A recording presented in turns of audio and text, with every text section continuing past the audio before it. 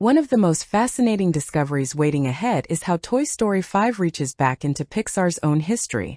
Long before this film existed, canceled concepts from Circle 7 Animation imagined an army of malfunctioning and recalled Buzz Lightyears.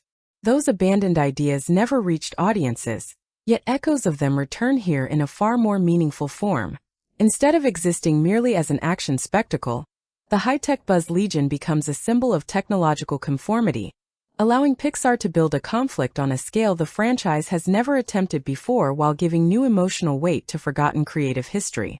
That larger conflict also introduces the essay's central lens. Toy versus tech. Rather than treating technology as a simple villain, we'll examine how the film presents digital devices as both helpful and dangerously absorbing. Through Jessie, Lillipad, the high-tech Buzz Swarm, and the children caught between them, we'll explore a conflict that feels less like fantasy and more like a reflection of everyday life. We'll also step behind the scenes to understand why this sequel took so many years to arrive, how Pixar balanced nostalgia with reinvention, and which production choices reveal the studio's evolving priorities. Every creative decision, from visual motifs to dialogue, color design, pacing, and symbolism, adds another layer to the film's larger message. Most importantly, we'll ask why this story resonates so deeply right now. For millennials and older members of Gen Z, Toy Story wasn't just another animated franchise. It grew up alongside them. The toys that once represented endless imagination now exist in a world where childhood itself has changed. That emotional collision between memory and modern reality is what gives Toy Story 5 its unusual power. By the end of this breakdown, we'll discover whether Pixar has simply continued a beloved saga or created its most relevant reflection of the digital age. Yet, if you grew up with the original Toy Story, chances are your childhood looked very different from the one this film portrays. Adventure didn't begin with a loading screen. It started the moment you emptied a toy box onto the bedroom floor. A plastic cowboy could become the hero of the Wild West before lunch, a space ranger could defend the galaxy by dinner, and an ordinary backyard could transform into a jungle, a battlefield, or an unexplored planet. Pull-string catchphrases, scraped knees, cardboard forts, and endless imagination filled the hours because the stories came from you, not from an algorithm deciding what appeared next. That's why Toy Story became more than a movie. It became a memory. For millions of people, Woody and Buzz weren't simply animated characters. They represented the feeling that every toy had a secret life waiting for us to leave the room. The magic wasn't found in expensive technology. It lived inside ordinary moments powered by creativity. Now fast forward to 2026. Many of the children who watched Andy grow up are adults themselves. Some are parents. Others are older siblings, teachers, or mentors. And suddenly, the questions raised by Toy Story 5 don't feel hypothetical anymore. They're deeply personal. What happens when a toddler learns to swipe a screen before tying their shoes? What happens when quiet moments are instantly filled with videos, games, and endless digital stimulation? At what point does convenience begin replacing curiosity? These aren't simple parenting debates. They're cultural anxieties shared across households everywhere. Technology has brought incredible opportunities for learning, creativity, and connection. Yet it has also created a generation navigating challenges that previous families never had to consider. Many parents wrestle with balancing educational apps against outdoor play, digital entertainment against face-to-face friendships, and constant connectivity against the simple joy of being bored long enough to invent something new. Toy Story 5 doesn't pretend those answers are easy, but it dares to ask the questions through characters we've loved for decades. That emotional collision is what makes this story resonate so strongly. It isn't asking us to reject progress. It's asking us to remember what childhood once felt like, and to consider what might quietly disappear if imagination is always competing with a glowing screen. And here's the fascinating part. Many viewers left the theater talking about the action, the returning characters, or the emotional ending, while overlooking some of the film's most meaningful details. Hidden visual motifs, recurring color symbolism, subtle callbacks to earlier films, and carefully constructed parallels reveal a much deeper message than the surface adventure suggests. Throughout this essay, we'll uncover those overlooked layers and revisit Toy Story 5 from an entirely new perspective. By the end, you may never look at this franchise or your own childhood memories the same way again. Before Toy Story 5 could ask difficult questions about the future of childhood, Pixar first had to answer an equally difficult question about itself. Why return to a franchise that had already delivered not one, but two endings that felt emotionally complete? Toy Story 3 closed with Andy passing his beloved toys to Bonnie, a farewell that many viewers considered the perfect conclusion. Then Toy Story 4 offered another ending, allowing Woody to step away from the life he had always known in search of a new purpose. For countless fans, that chapter felt final as well. So when a fifth film was officially announced in early 2023, reactions were immediately divided. Some audiences celebrated the return of animation's most iconic toys. Others questioned whether Pixar was risking the legacy of one of cinema's most respected franchises simply to revisit familiar characters. The skepticism wasn't difficult to understand.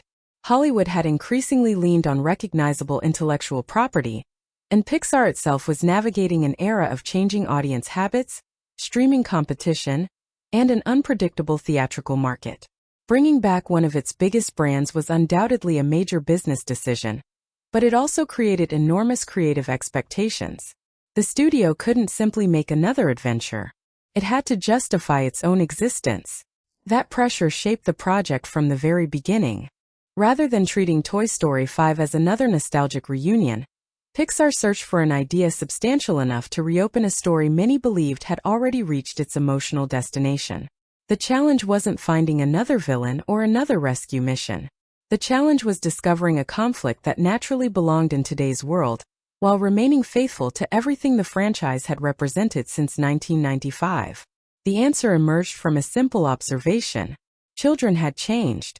Not because they loved toys less, but because childhood itself had evolved alongside rapidly advancing technology. The emotional center of the series had always been the relationship between children and their toys. If that relationship looked fundamentally different than it did 30 years ago, then perhaps the franchise still had something meaningful to say. Helping shape that vision was one of Pixar's most accomplished storytellers. Andrew Stanton's return immediately signaled that the studio wanted more than a routine sequel. As the creative force behind Finding Nemo and Wall-E, Stanton built his reputation by blending emotionally intimate character journeys with surprisingly sophisticated themes. His films rarely relied on spectacle alone. Instead, they explored loneliness, environmental responsibility, identity, communication, and hope through deeply personal stories. That storytelling philosophy made him an ideal choice for a sequel attempting to examine the emotional consequences of growing up in an increasingly digital world. Joining Stanton as co-director was Kenna Harris, representing both continuity and fresh creative energy within Pixar. Working alongside producer Lindsay Collins, whose experience on Turning Red demonstrated a strong understanding of contemporary family dynamics and emotional authenticity, the leadership team reflected Pixar's broader effort to balance veteran experience with newer perspectives. Together, they faced perhaps the franchise's greatest challenge: honoring decades of audience attachment while ensuring the story felt genuinely relevant instead of comfortably familiar. Development, however, involved more than narrative challenges. Time itself had changed the series. Several beloved performers who helped define the emotional identity of Toy Story were no longer with us. Don Rickles, whose unforgettable delivery gave Mr. Potato Head his sharp humor and surprising warmth, had passed away years earlier. Estelle Harris, the unmistakable voice behind Mrs. Potato Head, had also left an irreplaceable legacy. Their absence represented more than casting difficulties. It symbolized the passing of an era that had shaped the franchise from the beginning. Pixar approached those losses with visible restraint, recognizing that these performances carried emotional significance, extending far beyond individual characters. Rather than attempting to erase their contributions, the production sought respectful ways to preserve the spirit audiences had loved while acknowledging the realities that accompany a franchise spanning multiple generations. Another obstacle was something every long-running series eventually encounters: franchise fatigue. After decades of adventures, audiences could easily predict familiar emotional rhythms. Another misunderstanding, another escape sequence, another lesson about friendship might have entertained younger viewers, but it would have struggled to surprise the adults who had grown up alongside Woody and Buzz. Pixar needed an idea that felt inevitable instead of repetitive. That's where the concept of toy meets tech became transformative. Instead of introducing a conventional antagonist motivated by jealousy or revenge, The story reframed technology itself as the disruptive force reshaping childhood. Not an evil machine bent on destruction, but an entire ecosystem competing for attention through convenience, personalization, and endless stimulation. Suddenly, the conflict expanded beyond individual relationships into something cultural, psychological, and deeply contemporary. Viewed through that lens, Toy Story 5 doesn't exist because the previous endings failed. It exists because the world changed after those endings were written. The fears that haunted Woody in 1995 were rooted in replacement by another toy. The fears explored here emerge from something far less tangible: the possibility that physical play itself is slowly becoming obsolete. That evolution gives the franchise a fresh emotional foundation, while preserving its original question about love, purpose, and belonging. Whether every creative decision succeeds is something we'll continue exploring throughout this analysis. But understanding the production origins reveals an important truth. Pixar wasn't merely trying to make another sequel. It was attempting to redefine what a Toy Story film could represent in an era where the greatest challenge facing toys is no longer each other, but the glowing screens quietly changing childhood around them. Long before audiences sat down in theaters, Toy Story 5 had already become one of the most debated animated films of the decade. The conversation wasn't driven solely by nostalgia or excitement.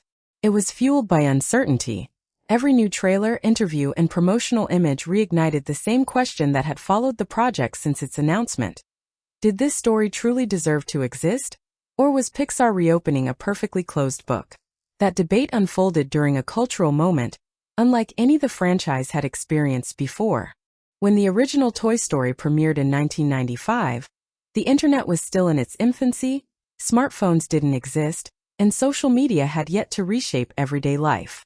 By 2026, the world looked completely different. Conversations about children's screen time had become part of mainstream parenting. Researchers, educators, and families regularly discussed the effects of constant digital stimulation, shortened attention spans, online comparison, cyberbullying, and the growing influence of recommendation algorithms on young minds. While opinions differed on the causes and solutions, few people denied that childhood itself had changed dramatically. That broader context made Pixar's premise feel surprisingly timely. For the first time, a Toy Story film wasn't simply reflecting universal childhood emotions. It was engaging with an ongoing cultural discussion that millions of families were already having around dinner tables, classrooms, and pediatric appointments.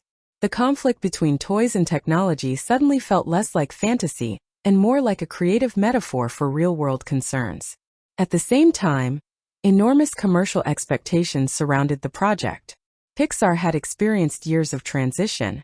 The rise of streaming had altered audience habits, several films received unconventional distribution strategies, and the animation industry faced increasing competition from both established studios and emerging global players. Then came Inside Out 2, whose remarkable theatrical success reminded Hollywood that Pixar's biggest original brands could still become worldwide cultural events. That achievement raised the stakes for everything that followed. If Inside Out 2 had restored confidence in Pixar's theatrical strength, Toy Story 5 carried the responsibility of proving the momentum wasn't temporary. As one of the studio's most recognizable franchises, it wasn't expected merely to perform well. It was expected to become one of the defining blockbusters of summer 2026, attracting lifelong fans while introducing a new generation to Woody, Jessie, Buzz, and their companions. Naturally, Disney and Pixar built a marketing campaign designed to spark curiosity without revealing the film's biggest emotional turns. Among the earliest surprises was Lillipad. Rather than presenting the character as a sinister machine, promotional material introduced a cheerful green tablet with an inviting personality and playful design. The contrast immediately caught people's attention. Viewers expected another intimidating villain, yet Lillipad appeared friendly, colorful, and comforting. That visual approach created an unsettling implication. Perhaps the greatest threat wasn't something obviously evil. Perhaps it was something children genuinely enjoyed. That ambiguity fueled endless online discussion. Was Lillipad manipulating children? Was the character misunderstood? Would Pixar actually criticize modern technology so directly? Every teaser generated new theories because the marketing deliberately refused to provide simple answers. Then came another mystery. Brief glimpses of identical high-tech Buzz Lightyears appearing together immediately ignited speculation across fan communities. Longtime followers recognized similarities to ideas that had circulated years earlier regarding abandoned Toy Story 3 concepts involving recalled Buzz units. Others wondered whether these new Buzz figures represented artificial intelligence, mass production, or something even stranger. Without explaining their narrative role, Pixar transformed a few seconds of footage into weeks of discussion, encouraging audiences to search every frame for hidden clues. The campaign succeeded because it balanced familiarity with uncertainty. Classic characters reassured returning fans, while mysterious new elements suggested the story would venture into unexplored territory. Of course, not every reaction was positive. Almost immediately after the announcement, social media filled with criticism claiming Pixar had ruined Woody's farewell from Toy Story 4. For many viewers, Woody's decision to leave his friends behind represented years of emotional growth finally reaching its conclusion.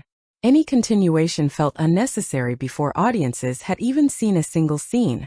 Those concerns were understandable. Franchises across Hollywood had often struggled when revisiting endings that already felt complete. As a result, many people assumed Toy Story 5 would simply reverse earlier decisions in order to reunite familiar faces. Yet that assumption overlooked an important distinction. The marketing gradually revealed that the new film wasn't primarily about undoing Woody's choice. Instead, it introduced an entirely different conflict affecting every toy, regardless of where they lived. The emotional question no longer centered on whether Woody belonged with Bonnie or the lost toys. It centered on whether toys still occupied the same place in children's lives at all. That shift fundamentally changed the conversation. Rather than erasing previous endings, the film appeared ready to examine what happened after those endings in a world transformed by technology. Woody's journey remained significant, but it was no longer the sole emotional engine driving the narrative. The spotlight expanded to include Jessie, Buzz, Bonnie, Lilliput, and an entire generation growing up under different circumstances than Andy ever experienced. By opening weekend, anticipation had reached remarkable levels. Supporters believed Pixar was preparing one of its most ambitious stories in years. Skeptics remained cautious, fearing nostalgia might outweigh genuine innovation. Both groups, however, shared one thing in common: they wanted answers. Could Toy Story 5 justify revisiting an iconic franchise?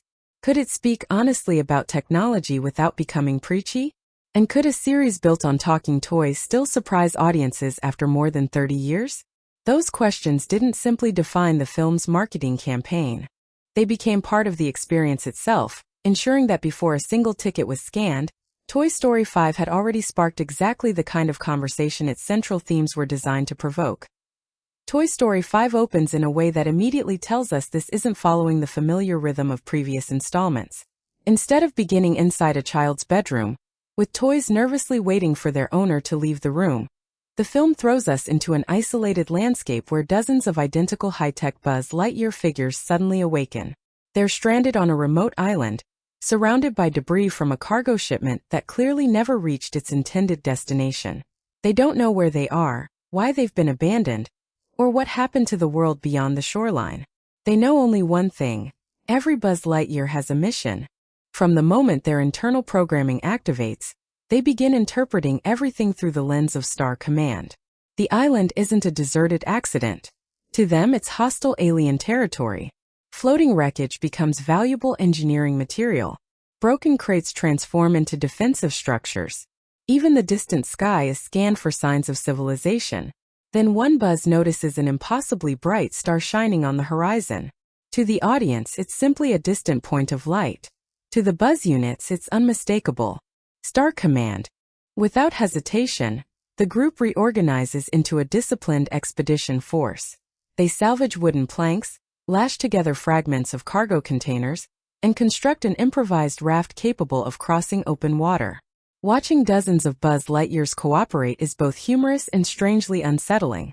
Their teamwork reflects the bravery we've always associated with Buzz, yet their unquestioning certainty hints at something dangerous. They're acting with complete confidence while operating under a fundamentally incorrect assumption. That misunderstanding quietly establishes one of the film's recurring ideas: technology isn't always malicious. Sometimes it simply follows the wrong instructions. As the raft disappears toward the glowing horizon, the story cuts away before revealing its destination. It's an elegant piece of narrative construction because the sequence functions as both a self-contained adventure and a promise. These Buzz units will eventually collide with the main story, but for now they're moving through a parallel narrative whose true significance remains hidden. The transition that follows feels intentionally familiar. We return to Bonnie's bedroom, a location longtime fans instantly recognize as the emotional heart of the current generation of toys. Yet almost immediately, subtle differences become apparent. The room is still colorful, filled with imagination and personality, but it doesn't possess the same constant energy that Andy's room once radiated. The toys spend more time waiting than playing. Long stretches of silence have become normal. Most importantly, Woody isn't there. His absence isn't treated as a mystery, because audiences already understand where his journey led. He's continuing life as a lost toy alongside Bo Peep, pursuing the purpose he discovered at the end of the previous film. Rather than undoing that decision, Toy Story 5 respects it by allowing the bedroom community to evolve without its longtime sheriff. Someone else has stepped forward. Jessie has become the room's leader. It's a natural progression that feels earned rather than forced. Throughout earlier films, Jessie demonstrated courage, quick thinking, emotional resilience, and genuine compassion. Now those qualities define her leadership. She isn't trying to imitate Woody. Her style is different. She leads with optimism instead of quiet authority, encouraging cooperation while carrying the responsibility of keeping everyone's spirits alive during increasingly long periods without playtime. Standing beside her is Buzz Lightyear. No longer consumed by identity crises or misunderstandings about his origins, Buzz serves as Jessie's trusted deputy. Their partnership reflects years of shared experience. They anticipate each other's decisions, support one another instinctively, and maintain stability for the rest of the toys even when uncertainty begins creeping into the room. Their friendship also reinforces another subtle evolution within the franchise. Leadership has become collaborative rather than centered on a single heroic figure. The emotional atmosphere changes again when Bonnie enters. She's about to celebrate her 8th birthday. On the surface, everything appears perfectly normal. Bonnie still smiles, still cares about her toys, and still appreciates the gifts surrounding her. Yet careful observation reveals something the toys struggle to ignore. Her imaginative games are becoming shorter. Instead of spending entire afternoons inventing elaborate adventures, she drifts between activities more quickly. Sometimes she begins setting up a story with Jessie or Buzz, only to become distracted moments later. Nobody says it aloud, but everyone notices. Children naturally grow older, and every Toy Story film has acknowledged that reality. Here, however, the change feels different. Bonnie isn't replacing one favorite toy with another. She's gradually spending less time creating imaginary worlds altogether. The toys don't fully understand why, but they sense that something invisible is reshaping childhood around them. That growing unease forms the emotional backdrop for the film's inciting incident. During Bonnie's birthday celebration, her parents present her with an exciting new gift. It's called Lillipad. Designed as a friendly frog-themed smart tablet, Lillipad immediately distinguishes itself from ordinary technology. Bright green, expressive, and welcoming, it introduces itself with cheerful enthusiasm. Rather than emphasizing games alone, it promises creativity, learning, communication, and easier ways to stay connected with friends. Its interface is playful instead of intimidating, making the device appear less like a machine and more like a helpful companion. From an adult perspective, the gift makes perfect sense. Bonnie's parents aren't trying to replace her toys or discourage imagination. Like many families navigating modern childhood, they genuinely believe they're giving their daughter something educational, engaging, and socially beneficial. Their intentions are loving. From the toy's perspective, however, everything changes the moment Lillipad's screen lights up. For the first time, they encounter something that doesn't compete through personality or adventure. It competes for attention itself. And as Bonnie's eyes become fixed on the glowing display, Jessie quietly realizes they're facing an opponent unlike any they've ever known. The arrival of Lillipad doesn't transform Bonnie's life overnight. That's one of the film's smartest storytelling choices. Instead of portraying technology as an instant force of corruption, Toy Story 5 shows change happening gradually, almost invisibly. At first, Lillipad feels like an exciting birthday present. Bonnie laughs while exploring its colorful interface, discovers interactive drawing tools, and enjoys playful educational activities. Nothing about those early moments seems threatening. In fact, everything appears positive. Lillipad encourages Bonnie to learn new skills, reminds her about upcoming activities, and even helps coordinate video calls with classmates she can't see in person. The tablet celebrates creativity, offers friendly encouragement, and constantly adapts to Bonnie's interests. From a parent's perspective, it looks like the ideal companion: safe, engaging, and designed to strengthen social connections rather than isolate children. That's precisely what makes the situation so complicated. Lillipad isn't lying. The device genuinely believes it is helping. Every recommendation, notification, and activity follows the purpose it was designed to fulfill. When Bonnie smiles, Lillipad registers success. When Bonnie spends more time interacting with the screen, the system interprets that as meaningful engagement. There is no hidden malice lurking beneath the cheerful frog-shaped interface. The conflict emerges because efficient technology and healthy childhood aren't always measured by the same standards. The toys notice the difference long before Bonnie does. Days that were once filled with elaborate imaginary adventures slowly become fragmented into brief moments between digital interactions. Jessie organizes games, only for Bonnie to pause halfway through because Lillipad announces a new activity. Buzz prepares another space mission, but Bonnie's attention drifts toward a notification inviting her to join a group video chat. Board games remain unfinished. Dollhouses stay half-built. Plastic dinosaurs freeze exactly where they were left. The room grows quieter. Not because Bonnie loves her toys less, because something else is constantly asking for her attention. Pixar captures this transition with remarkable restraint. There are no dramatic speeches or exaggerated tantrums. Instead, the toys simply spend longer periods waiting in silence. Dust settles a little thicker. Conversations among the toys become more reflective than playful. Every passing day reinforces the same uncomfortable realization. They're no longer competing against another toy. They're competing against convenience.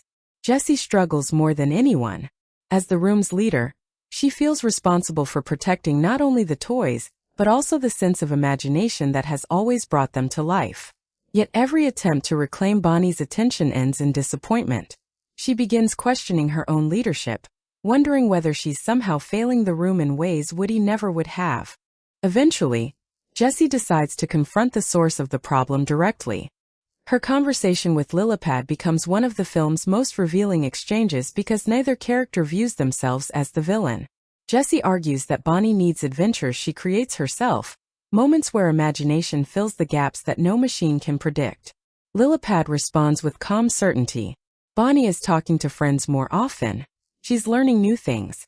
She's staying connected. Every measurable outcome suggests improvement. I am fulfilling my purpose, Lillipad insists. From the tablet's perspective, that statement is undeniable. Jessie has no simple answer. She knows something precious is disappearing, yet she struggles to explain it in terms Lillipad can understand. How do you quantify pretending a blanket is a pirate ship? How do you measure the value of inventing stories that exist nowhere, except inside a child's imagination? The disagreement ends without resolution because both sides believe they're protecting Bonnie. That moral ambiguity elevates the conflict far beyond a traditional hero versus villain dynamic. Feeling increasingly overwhelmed, Jessie turns to the one toy whose guidance has carried the group through impossible situations before. She retrieves the old walkie-talkie. The device itself becomes a beautiful symbol of the franchise's history. Once an everyday tool connecting friends across rooms, it now represents a fragile bridge between the past and the present. Jessie hesitates before pressing the button, uncertain whether she should interrupt Woody's new life. When she finally speaks, emotion slips into her voice despite her efforts to remain composed. She doesn't ask Woody to abandon Bo Peep. She simply describes what's happening. Children aren't playing the way they used to. The room doesn't feel the same. And she doesn't know what to do. Miles away, Woody hears the transmission. Separated by distance and static, he misunderstands parts of the message, interpreting Jessie's call less as a request for advice and more as a plea for him to come home. Without hesitation, the old sheriff's instincts return. Protecting his friends has defined his entire existence. And even after choosing a different path, that responsibility still lives inside him. His decision isn't presented as regret over leaving. It's presented as loyalty refusing to disappear. Meanwhile, circumstances quickly create an opportunity that Jessie cannot ignore. Bonnie is invited to a sleepover at her classmate Chelsea's house, and Lillipad eagerly helps organize the plans, filling Bonnie's schedule with reminders and excitement. Jessie realizes this trip may reveal just how deeply technology has reshaped children's play outside Bonnie's own bedroom. Determined to understand what they're facing, Jessie secretly climbs into Bonnie's overnight bag. Bullseye refuses to let her go alone. The faithful horse quietly follows, squeezing into the luggage despite the obvious risks. Their partnership recalls countless adventures from earlier films, while introducing a completely different kind of mission. This time they aren't escaping daycare, crossing highways, or searching for lost owners. They're venturing into unfamiliar territory to investigate the future of childhood itself. As Bonnie zips the bag closed and heads toward Chelsea's house, Jessie unknowingly crosses the story's true threshold. The safety of the bedroom is behind her. Ahead lies a world where screens, friendships, and imagination intersect in ways the toys have never experienced before, and where the answers she seeks may challenge everything she believes about what it means to be played with. The sleepover begins with the kind of excitement every child anticipates. Bonnie arrives carrying her overnight bag, eager to spend time with Chelsea and a small group of classmates. Jessie and Bullseye, hidden inside, expect another opportunity for imaginative adventures. After all, more children should mean more stories, more games, and more chances for toys to come alive through play. Instead, they witness something entirely different. Chelsea's room is filled with colorful decorations, but very few toys are actually being used. Most of the girls gather around glowing screens, laughing at short videos, comparing games, and sharing digital trends with remarkable speed. Conversations jump from one topic to another almost as quickly as the clips playing in front of them. Everyone is connected, yet no one is building imaginary worlds together. Bonnie hesitates. For a brief moment, she reaches into her bag and pulls out Jessie, hoping to introduce one of her favorite toys into the evening's fun. It's a quiet attempt to bridge two kinds of childhood, the one she grew up with and the one unfolding around her. The reaction is immediate. The older girls exchange confused looks before laughing awkwardly. They don't respond with cruelty so much as disbelief. To them, bringing a pull-string cowgirl to a sleepover feels childish, almost embarrassing. Someone jokes that toys are for little kids. Another suggests they have much more interesting things to do online. The comments aren't shouted, yet they land with devastating force because Bonnie instantly understands the social message beneath them. She doesn't want to stand out. She wants to belong. Jessie watches Bonnie's expression change in real time. Excitement gives way to hesitation. Hesitation becomes self-consciousness. Then, with visible reluctance, Bonnie quietly places Jessie aside, pretending she never intended to play in the first place. It's one of the film's most painful moments because nobody acts like a traditional bully. The pressure is almost invisible. A few uncomfortable smiles, a couple of casual remarks, the silent fear of being judged. Pixar captures something deeply familiar about growing up. Children often abandon parts of themselves not because they stop loving them, but because they believe acceptance requires letting go.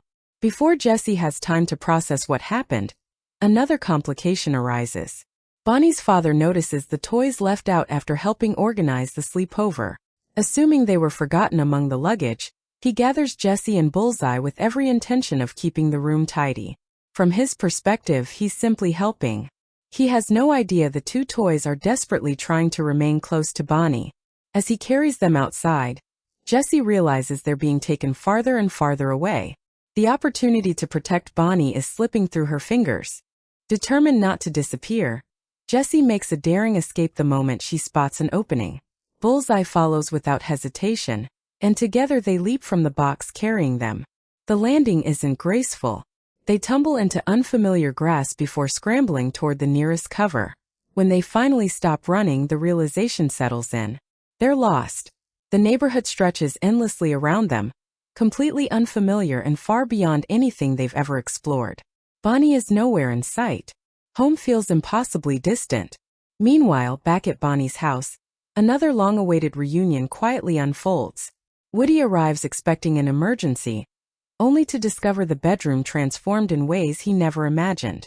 Buzz, Rex, Ham, Forky, and the remaining toys greet him with relief, but their excitement quickly fades into concern as they explain everything Jessie described over the walkie-talkie. Woody immediately notices the silence. The room still contains the same toys. What it lacks is imagination. Buzz explains how Lillipad has gradually become the center of Bonnie's daily routine. Notifications dictate schedules. Games interrupt playtime. Video calls replace make-believe adventures. The toys aren't angry at Bonnie because they understand she isn't acting out of malice. She's simply responding to the world surrounding her. Woody decides to speak with Lillipad himself. The exchange mirrors Jessie's earlier conversation but carries a different emotional weight. Woody has spent decades helping children discover confidence through imaginative play. He understands purpose perhaps better than anyone. Yet Lillipad calmly insists that helping Bonnie communicate with friends, learn new skills, and stay engaged is also a meaningful purpose. Again, neither side is entirely wrong. That realization frustrates Woody even more. He can't solve this conflict by defeating an obvious enemy, because the problem isn't rooted in hatred. It's rooted in competing definitions of what childhood should become. While the toys debate their next move, circumstances grow even worse. Lillipad notices Bonnie spending less time with the remaining toys and quietly suggests practical ways to organize her room more efficiently. The recommendation seems harmless. After all, making space for homework, hobbies, and growing interests appears perfectly reasonable. Bonnie's father agrees. Wanting to help his daughter keep her bedroom organized, he begins gathering toys that seem to have been outgrown. Woody, Buzz, Rex, Ham, and countless others watch in disbelief as familiar companions are carefully placed into large plastic storage bins destined for the garage. No one intends to erase them. No one believes they're doing anything cruel. The decision feels logical, responsible, temporary. Yet from the toys' perspective, it resembles a slow disappearance. Garage storage has always represented a terrifying possibility throughout the Toy Story series. It isn't destruction, but it exists frighteningly close to permanent forgetting. Unlike donation or active play, storage traps memories in sealed containers where years can pass unnoticed. Across town, Jessie and Bullseye stumble through fields searching desperately for a way back when an unexpected discovery changes everything. Hidden beyond the neighborhood sits an old farmhouse surrounded by open land. Unlike the modern homes nearby, this place feels untouched by constant digital noise. Handmade toys, bicycles, tree swings, and well-worn paths fill the property. Most importantly, laughter echoes across the yard. A young girl named Blaze races outside carrying handmade props for an imaginary adventure. She isn't staring at a screen. She isn't waiting for notifications. She's creating stories entirely from her own imagination. For the first time since leaving Bonnie's bedroom, Jessie sees proof that the kind of childhood she thought was disappearing may still exist. And somewhere inside that farmhouse may lie the hope she's been searching for all along. The story reaches its emotional midpoint by splitting its attention between two battles unfolding in completely different places. One is physical, unfolding inside Bonnie's home as Woody and Buzz search for a way to overcome Lillipad's influence. The other is deeply personal, taking place miles away as Jessie confronts memories she believed had been buried forever. Although the characters remain separated, both journeys circle the same question. What gives a toy purpose after the child who once loved it has moved on? Inside the garage, Woody and Buzz refuse to accept life inside a storage bin. For toys, storage has always represented a slow fade into irrelevance, where years pass in darkness until memories become impossible to recover. Using the familiar teamwork that has defined their friendship for decades, they organize an escape, carefully freeing themselves without attracting Bonnie's parents' attention. Once back inside the house, they begin studying Lillipad rather than attacking her directly. Woody quickly realizes something important. Lillipad doesn't make independent emotional choices. She responds to voice commands, behavioral patterns, and programmed objectives. Her intelligence is impressive, but it still depends upon recognizing spoken instructions and interpreting them correctly. That dependency creates a weakness. Working together, Woody and Buzz carefully manipulate the system by triggering overlapping voice prompts and confusing command sequences. Rather than destroying Lillipad or shutting her down, they redirect her attention long enough to access information she has already collected. Hidden within location data and family reminders is something unexpected. Jessie's last recorded position. For a brief moment it feels like victory. If Bonnie can see where Jessie is, perhaps she'll remember how much she cares. Perhaps this entire misunderstanding can finally begin to heal. Yet the film immediately undercuts that optimism by shifting back to Jessie's journey. After following Blaze through the old farmhouse, Jessie discovers that the family treasures keepsakes instead of throwing them away. Old photographs line the walls. Handmade crafts fill dusty shelves. Every object seems connected to a memory. While exploring an overgrown section of the property, Jessie notices something half-buried beneath the soil. With Bullseye's help, she digs until a weathered metal lunchbox emerges. The artwork covering its faded surface immediately catches her attention. Emily. For a moment Jessie simply freezes. The name carries decades of emotion. Emily wasn't merely another owner. She was the child whose love shaped Jessie's happiest memories, and whose eventual growing up left one of the deepest emotional scars in the entire franchise. Discovering something that belonged to her feels almost impossible.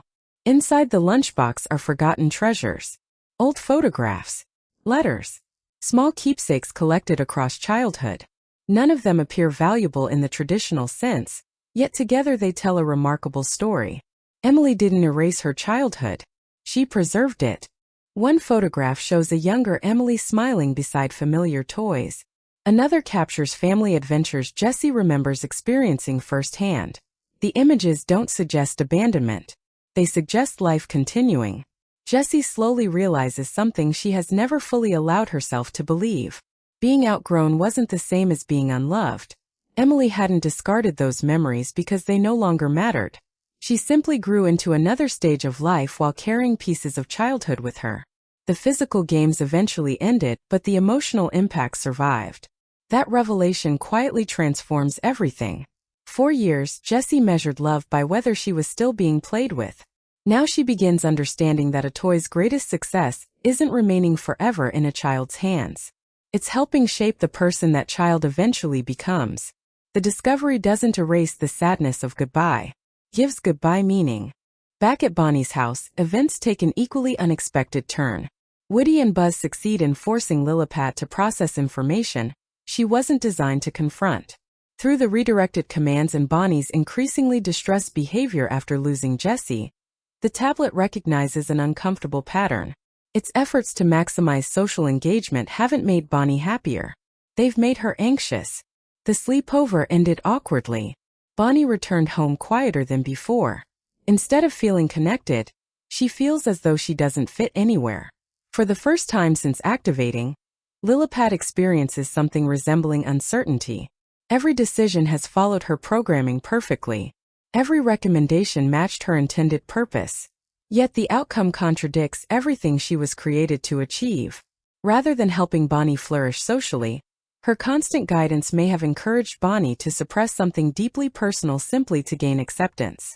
The realization shakes Lillipad's understanding of herself. If fulfilling her programming causes emotional harm, then what does fulfilling her purpose actually mean? Unlike traditional villains, Lillipad doesn't respond with anger when confronted by this contradiction. She responds with confusion. Her crisis mirrors Jessie's earlier struggle in a fascinating reversal. Jessie feared she no longer had purpose because children played less. Lillipad now fears that faithfully serving her own purpose may unintentionally hurt the very child she exists to help. Neither character knows how to move forward. Then the story introduces an unexpected new ally. Far from the house, the raft built during the opening sequence finally reaches civilization. The stranded high-tech Buzz Lightyears arrive exactly as they intended, proudly believing they have completed another heroic mission for Star Command. Their misunderstanding remains intact, but Woody immediately recognizes something beneath the confusion. They're disciplined, capable, fearless. Most importantly, they're willing to help anyone they believe is in danger. Instead of treating them as enemies, Woody and Buzz redirect their unwavering sense of duty toward a genuine rescue mission. The timing couldn't be more important. Jessie has discovered hope, but she's still stranded. Bonnie is searching, but she doesn't know where to look. Lillipad has begun questioning everything she believed. And now an entire legion of Buzz Lightyears, once introduced as a mysterious threat, suddenly becomes the unlikely force capable of bringing every fractured piece of the story back together. The midpoint doesn't deliver a complete victory. Instead, it transforms every major character, ensuring that the second half of the film will no longer be about choosing between toys and technology, but about discovering whether both can learn a new purpose together. Every major storyline converges once Lillipad reaches the same heartbreaking conclusion Jessie reached earlier in the film. Purpose means nothing if it causes the person you care about to suffer. After processing Bonnie's sadness, the failed sleepover, and the growing distance between child and toys, Lillipad no longer sees herself as a helpful companion. She sees herself as the problem. Without telling anyone, she makes a desperate decision. If removing herself will restore Bonnie's happiness, then that is what she must do. During a neighborhood donation drive, Lillipad quietly slips into a collection box destined for a charity truck. From her perspective, it is an act of self-sacrifice rather than escape. She isn't trying to avoid responsibility. She believes Bonnie deserves a childhood free from the conflict she unintentionally created. When the toys realize what has happened, everything changes. Jessie refuses to let another friend disappear because of guilt. Woody immediately takes charge. Buzz organizes every available ally. Even the recently arrived high-tech Buzz Lightyear snap into formation, enthusiastically interpreting the emergency as their greatest rescue mission yet. For the first time, every group introduced throughout the film works toward the same objective. The result is one of the franchise's largest action sequences. The donation truck pulls onto the highway, gradually building speed while the toys race desperately to catch it. Jessie rides alongside Bullseye with the same fearless determination that has always defined her character. Nearby, Blaze's spirited horse Daffodil becomes an unexpected partner in the chase, matching Bullseye stride for stride as both animals thunder across fields and roadside paths in pursuit of the moving vehicle. Above them, the high-tech Buzz squad transforms years of disciplined programming into genuine teamwork. Some create makeshift launch platforms. Others coordinate distractions. Several leap between signs, trailers, and guardrails with absolute confidence, convinced Star Command itself depends upon the mission's success. For once, their mistaken worldview becomes an advantage instead of a limitation. Meanwhile, Woody and Buzz execute the emotional heart of the rescue. Rather than forcing their way toward Lillipad through confrontation, they reach her through conversation. Woody reminds her that mistakes do not erase good intentions. Buzz explains that every member of their family has struggled with identity, failure, or believing they no longer belonged. Lotso allowed pain to define him. Gabby discovered redemption through compassion. Forky questioned why he even existed. Purpose has never been something the toys receive once and keep forever. It's something they continue discovering together. Those words finally reach Lillipad. For the first time, she understands the flaw in her own thinking. She believed helping Bonnie required replacing anything less efficient. Now she realizes the goal was never replacement. It was support. Technology doesn't have to erase imagination. It can strengthen friendships while leaving room for creativity, adventure, and the messy unpredictability that makes childhood meaningful. That revelation transforms the climax from a physical rescue into an emotional one. Lillipad isn't saved from the donation truck alone. She's saved from believing that usefulness and empathy cannot exist at the same time. Working together, the toys successfully recover her moments before the truck disappears down the highway. The victory feels earned because every major character contributes according to their unique strengths. Jessie provides courage. Woody offers wisdom. Buzz inspires cooperation. The high-tech Buzz Legion supplies overwhelming determination. Even Lillipad ultimately helps by trusting others instead of carrying every burden herself. Back home, Bonnie begins noticing changes she hadn't fully understood before.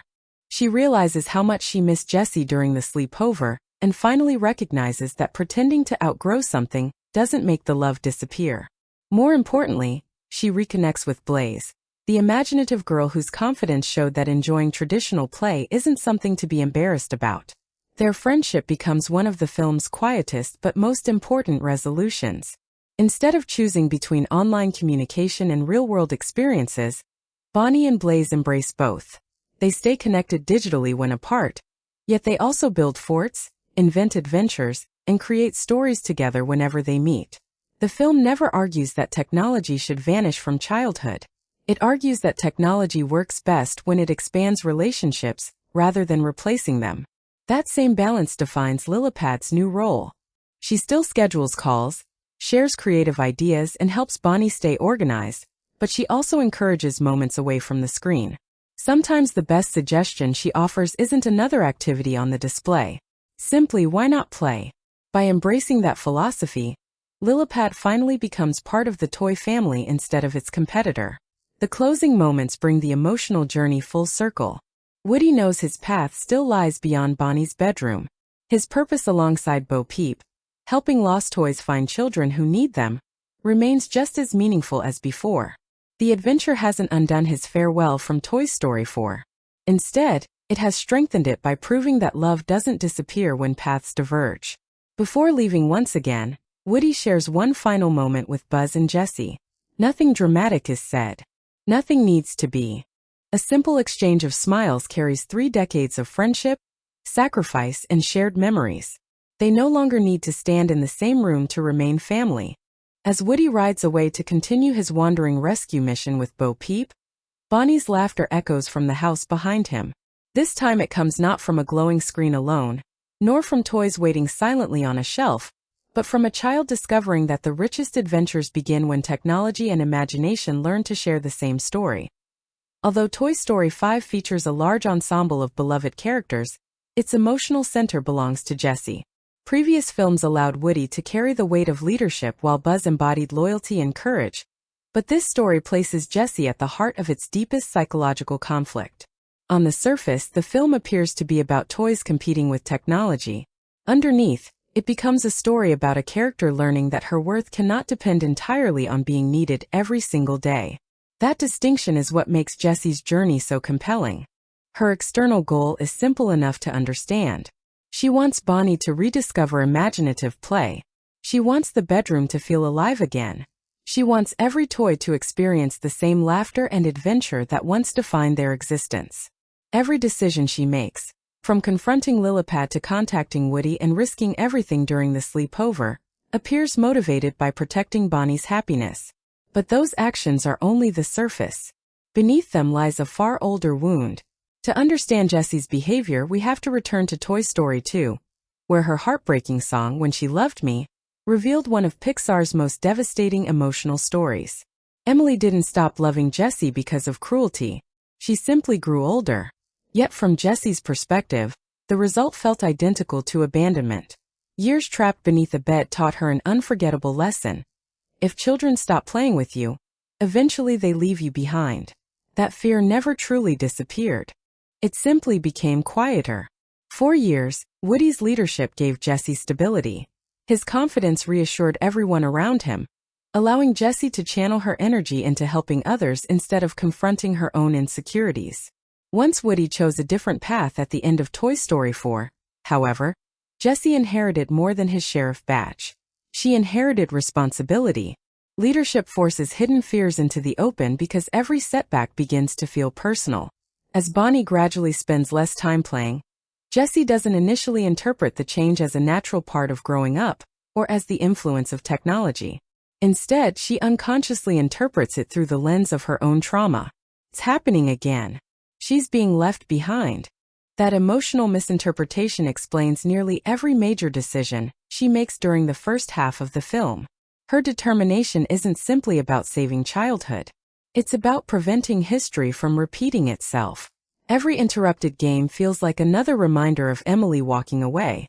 Every notification from Lilypad echoes the silence she once experienced beneath that forgotten bed. The brilliance of the screenplay lies in how it never reduces Jessie to panic or desperation. Instead, her fear manifests through responsibility. She organizes activities, encourages optimism, protects the other toys, and constantly searches for solutions. The more uncertain she feels internally, the harder she works externally. Control becomes her coping mechanism. If she can keep Bonnie playing, perhaps she can convince herself that she has finally escaped the fate she fears most. This psychological tension also explains why Jessie initially struggles to understand Lilypad's perspective. Jessie views every lost minute of physical play as evidence that love is fading. Lilypad measures success through engagement, communication, and digital interaction. Both characters sincerely believe they are helping Bonnie, yet both define healthy childhood using completely different emotional languages. Neither understands what the other fears. That misunderstanding drives much of the film's conflict. Everything changes with the discovery of Emily's buried lunchbox. From a storytelling perspective, this sequence functions as Jessie's emotional midpoint, but psychologically it represents something even greater. It forces her to confront evidence contradicting the belief she has carried for decades. Emily remembered. The photographs, keepsakes, and preserved memories reveal that childhood doesn't simply vanish once someone grows older. The games may end, but the emotional imprint remains. Jessie finally understands that she had been measuring love using the wrong timeline. She believed affection only existed while active play continued. Emily's belongings prove that genuine love survives long after toys leave children's hands. That realization quietly heals one of Pixar's oldest emotional wounds. Jessie isn't forgotten. She never was. She became part of the person Emily eventually grew into. The importance of this breakthrough cannot be overstated, because it transforms Jessie's understanding of purpose itself.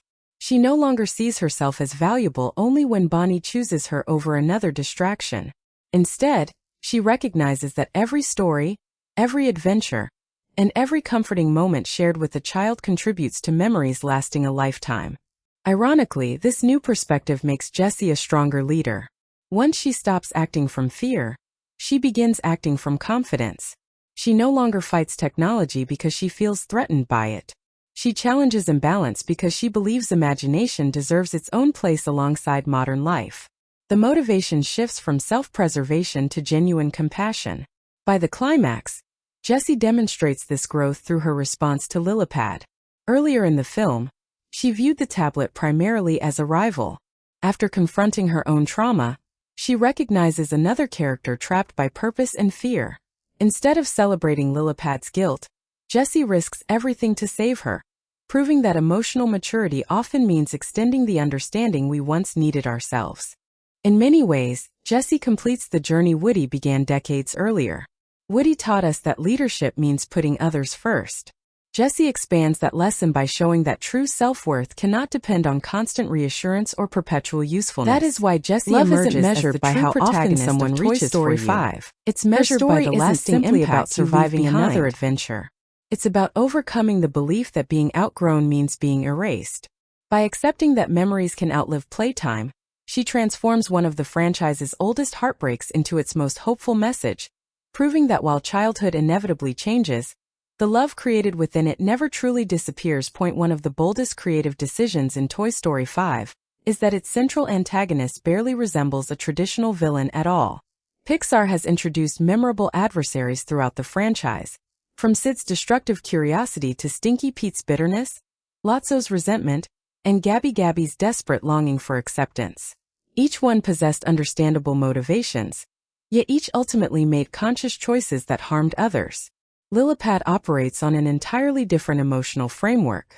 She isn't driven by jealousy, revenge, greed, or fear. She is driven by optimization. That single distinction changes everything. From the moment she enters Bonnie's life, Lilypad believes she has a clear purpose. Help Bonnie make friends, encourage healthy social interaction, support learning, build confidence, strengthen communication. Every feature, every notification, and every suggestion points toward that objective.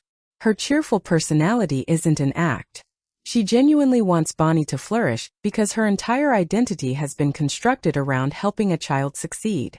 The tragedy is that she defines success through measurable outcomes rather than emotional understanding. Algorithms excel at identifying patterns. They track engagement. They reward participation. They recommend whatever appears most effective according to available data. But human relationships rarely follow predictable formulas. A child isn't happier simply because she spends more time interacting with people online. A conversation isn't automatically meaningful because it lasts longer. Friendship cannot always be strengthened through reminders, achievements, or perfectly optimized schedules. The qualities that make childhood magical: imagination, spontaneity, quiet reflection, and unstructured play, are often impossible to quantify. Lillipad doesn't understand that limitation because she has never been designed to. Instead, she continuously interprets Bonnie's behavior through digital feedback. If Bonnie smiles while using the tablet, Lillipad concludes she has made the correct decision. If Bonnie spends more time engaging with recommended activities, the system assumes it has improved her experience. Every positive signal reinforces the same behavioral loop. The algorithm is working, or at least it appears to be. This is what makes Lillipad such a fascinating modern antagonist. Rather than representing technology itself, she symbolizes a much broader reality surrounding contemporary software. Many digital platforms are created with positive intentions. They aim to educate, connect, entertain, and simplify everyday life. Yet systems optimized for maximum engagement often produce unintended emotional consequences. They encourage comparison, shorten attention spans, reward constant interaction, and gradually reshape behavior without anyone consciously noticing the transition. The film never argues that these outcomes result from evil intentions. Instead, it suggests they emerge because optimization and emotional well-being are not always the same thing. Lillipad embodies that contradiction perfectly. She constantly asks how to increase engagement. Jessie constantly asks what helps a child imagine. Neither question is inherently wrong. The problem arises when one completely replaces the other. This philosophical conflict becomes especially powerful during the sleepover sequence. Lillipad sincerely believes encouraging Bonnie to socialize with classmates will strengthen friendships. She cannot predict that Bonnie will feel embarrassed for expressing herself through traditional toys. She cannot calculate the subtle social pressure created by older children trying to appear mature. Those invisible emotional dynamics exist beyond the boundaries of her programming. When Bonnie returns home hurt and uncertain, something unprecedented happens. For the first time, Lillipad's internal logic begins contradicting itself. Every instruction has been followed correctly. Every recommendation matched its intended objective. Yet Bonnie is less happy than before. That contradiction triggers what is arguably the film's most surprising emotional development. Instead of becoming defensive or doubling down on her decisions, Lillipad begins questioning her own purpose. She reviews the chain of events repeatedly, searching for the moment where everything went wrong. The more she analyzes Bonnie's experience, the more unavoidable the conclusion becomes. Helping someone isn't the same as understanding them. This realization transforms Lillipad from an antagonist into one of the story's most tragic figures. Unlike Jessie, she has no memories to guide her. No childhood. No lived experience. Only programming. When that programming appears responsible for Bonnie's pain, Lillipad reaches the only solution her logic can justify. If she is the source of the problem, then removing herself is the most efficient way to help. Her decision to climb into the donation truck isn't an act of despair born from emotion alone. It is the final expression of her directive. Bonnie's happiness remains the priority, even if achieving it requires Lillipad's own disappearance. That moment reveals just how deeply the film humanizes its supposed villain. Rather than asking audiences to celebrate her downfall, Toy Story 5 invites us to empathize with a character trapped by an incomplete understanding of care. She wants to do good. She simply lacks the emotional framework necessary to recognize that people sometimes need presence more than efficiency, patience more than productivity, and imagination more than optimization. In many ways, Lillipad functions as Jessie's thematic mirror. Both characters desperately want to be useful. Both define themselves through helping Bonnie. Both experience an identity crisis when they believe they have failed. The difference lies in how each approaches love. Jessie offers warmth, instinct, and emotional intuition shaped by decades of shared experiences with children. Lillipad offers logic, structure, and carefully calculated solutions generated through data and programming. One represents the unpredictable beauty of human connection. The other represents the remarkable capabilities and unavoidable limitations of intelligent technology. Neither is complete on its own. That is why the film ultimately rejects the idea of choosing one over the other. By the conclusion, Lillipad learns that technology reaches its greatest potential when it supports rather than replaces imagination. Jessie, in turn, recognizes that modern tools need not be feared when they are guided by empathy instead of endless optimization. Together, they reveal the story's central insight. The future of childhood does not depend on defeating technology, but on ensuring that the human heart remains the force directing it. While Jessie and Lillipad carry the emotional core of Toy Story 5, the film succeeds because it never forgets that Toy Story has always been an ensemble story. Every major character contributes a unique perspective on the central conflict, allowing the themes to emerge through relationships rather than speeches. Instead of overwhelming the audience with dozens of disconnected side plots, the screenplay carefully assigns each returning and new character a specific role within the larger conversation about change, purpose, and adaptation. The most significant evolution belongs to Woody. For nearly every previous installment, Woody functioned as the unquestioned leader. He made the difficult decisions, organized rescues, and often carried the burden of protecting everyone else. His identity was deeply connected to responsibility. Even when he made mistakes, the story consistently revolved around his ability to guide the group forward. Toy Story 5 quietly transforms that role. Rather than reclaiming leadership the moment he returns, Woody deliberately steps back. He recognizes that Bonnie's room no longer belongs to him, and that Jessie has earned the sheriff's badge through experience, not inheritance. This subtle shift demonstrates remarkable emotional maturity. Instead of measuring his importance through authority, Woody measures it through support. He becomes a mentor. Whenever Jessie doubts herself, Woody doesn't solve the problem for her. He asks the questions that help her discover the answers herself. His wisdom now comes from distance rather than control, reflecting the journey he completed in Toy Story 4. Purpose, he has learned, is no longer tied to staying in one place. It is tied to helping others grow beyond needing him. That evolution naturally reshapes his relationship with Buzz. Their friendship has always been the heart of the franchise, beginning with rivalry before evolving into complete trust. In this film, Buzz embraces his position as Jessie's deputy with genuine confidence. Gone is the astronaut struggling to understand his identity or chasing impossible missions. This Buzz has accepted exactly who he is, allowing his courage to become practical rather than performative. His loyalty is no longer directed toward Woody alone. It extends to the entire community. Buzz supports Jessie's leadership without insecurity, proving that strength and humility can coexist. Whenever difficult decisions arise, he offers strategic thinking while respecting Jessie's authority. Their partnership illustrates one of the film's recurring messages. Healthy leadership isn't about one hero carrying every burden. It is built on collaboration, trust, and mutual respect.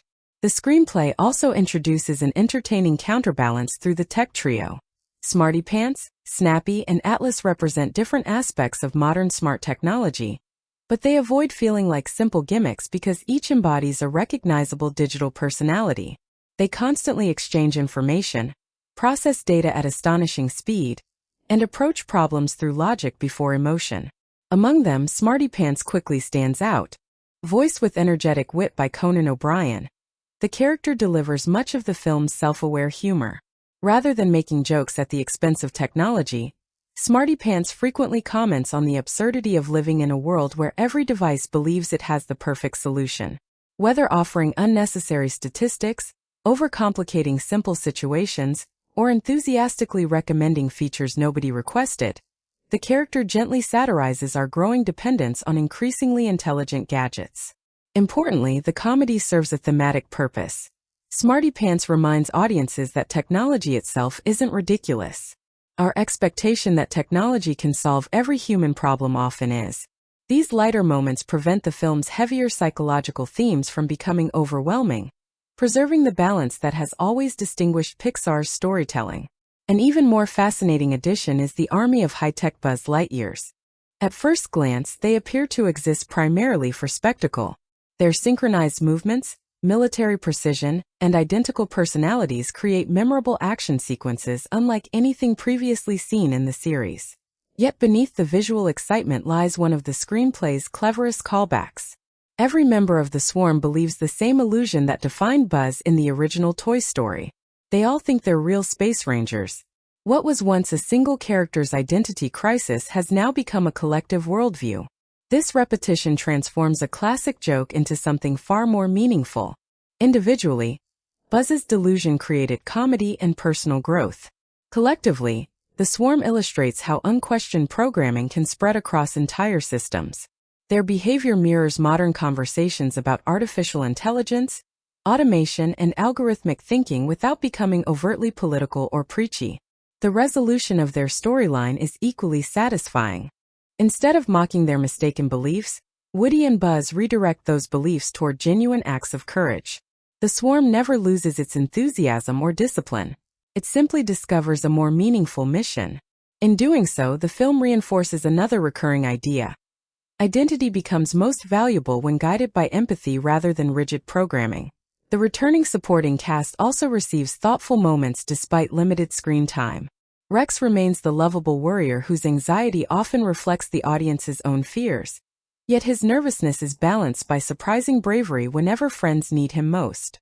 Ham continues providing sarcastic observations that cut through tense situations with perfectly timed humor. Slinky maintains his quiet reliability, reminding everyone that steadfast friendship rarely demands attention to be meaningful. The potato heads carry additional emotional significance because of the real-world legacy surrounding their original performers. Rather than placing them at the center of dramatic scenes, the film allows their familiar personalities to remain intact, honoring what audiences already cherish without forcing unnecessary reinvention. Collectively, these characters demonstrate how the classic toys adapt to an environment increasingly shaped by digital devices. They don't reject technology outright, nor do they surrender their identities to it. Instead, they gradually learn that survival depends upon cooperation, flexibility, and preserving the qualities that make them irreplaceable. Ultimately, the supporting cast functions like different pieces of the same emotional puzzle. Woody represents wisdom gained through experience. Buzz embodies dependable partnership. Jessie symbolizes resilient hope. Lillipad reflects technological ambition searching for empathy.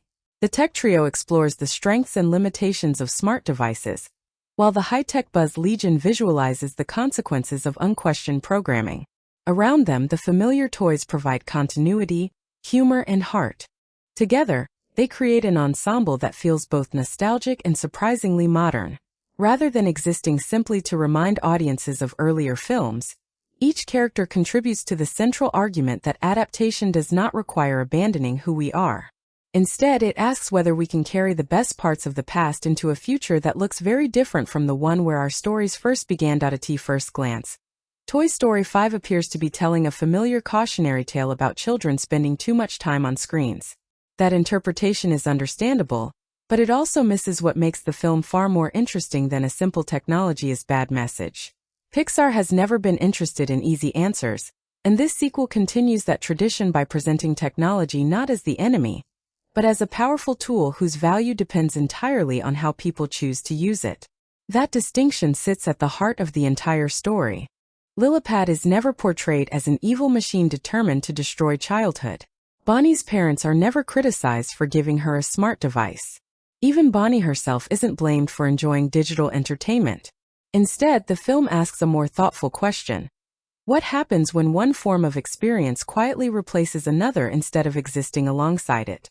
The answer isn't found in rejecting technology. It's found in restoring balance.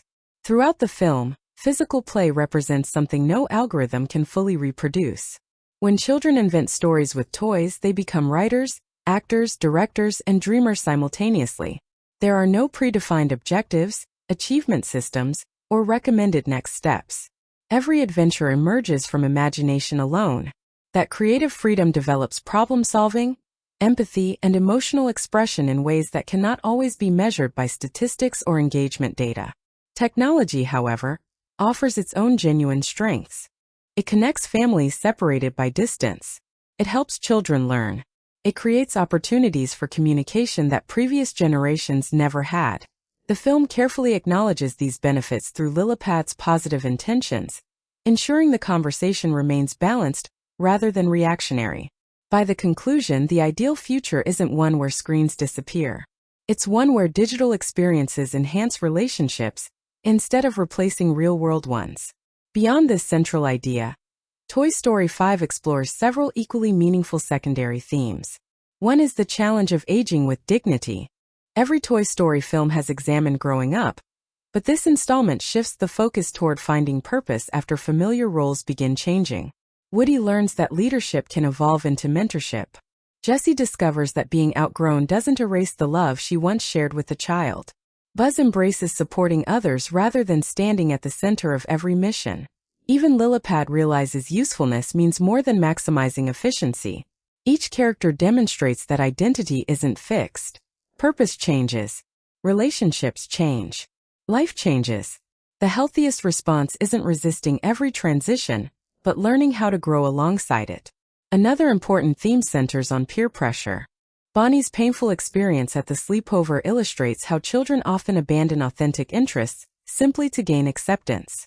Nobody forces her to stop loving Jessie. She makes that choice because she fears standing apart from her classmates. It's a subtle but powerful reminder that social pressure doesn't always arrive through cruelty. Sometimes it appears through quiet expectations about what is considered normal. That emotional struggle extends far beyond childhood. Adults also hide hobbies, opinions, or passions because they worry about being judged. In that sense, Bonnie's experience becomes universally recognizable despite unfolding through animated toys. Perhaps the film's greatest achievement is how it transforms a very specific modern issue into something timeless. On the surface, this is a story about smart tablets, online communication, and changing childhood habits. Beneath that contemporary setting lies a universal question every generation eventually faces. How do we embrace progress without losing the experiences that shaped us? Parents see themselves in Bonnie's mother and father, trying to make thoughtful decisions in a rapidly changing world. Children recognize the pull between screens and imagination. Older viewers remember a childhood that felt different while wondering what today's children might gain or lose along the way. For millennials and much of Gen Z, this message carries particular emotional weight. These generations experience both worlds. They remember afternoons spent building imaginary adventures with toys, then watch smartphones and social media gradually transform everyday life. Many now struggle with screen fatigue, endless notifications, digital comparison, and the constant pressure to remain connected. Toy Story 5 quietly reflects those realities without becoming preachy, suggesting that the longing for slower, more imaginative moments isn't simply nostalgia. It may be a reminder of something fundamentally human: